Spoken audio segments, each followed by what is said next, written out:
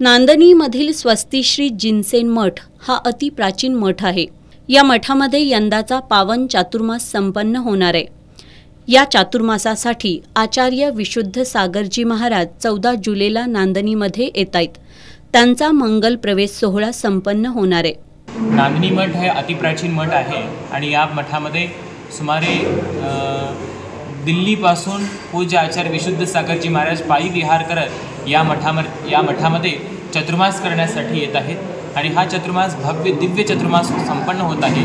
26 साधूंचा हा चतुर्मास आहे आणि या साधूंच्या चतुर्मासाचा मंगल शुभारंभ 14 जुलैला नांदणीमध्ये मंगल प्रवेश आचार्य महाराजांचा होणार आहे आणि या मंगल प्रवेशानंतर 20 तारखेला कलशस्थापना, 21 तारखेला गुरुपौर्णिमा आणि 22 तारखेला वीरशासन जयंती आणि हा 4 महिन्याचा जो कालावधी आहे भक्तिमय वातावरणामध्ये विश्व कल्याणासाठी करणारा हा चतुर्मास आहे आणि या चतुर्मासाचा लाभ समस्त भाविक भक्तांनी घ्यावा आणि 743 गावांनी मिळून केलेला हा चतुर्मास आहे आणि या चतुर्मासामध्ये सगळ्या लोकांचा समावेश व्हावा हे आशीर्वाद आहे। विश्वशांती विश्व कल्याणासाठी हा चातुर्मास असून या कालावधीत विशुद्ध सागरजी महाराज यांचं प्रत्येक रविवारी प्रवचन होणार आहे।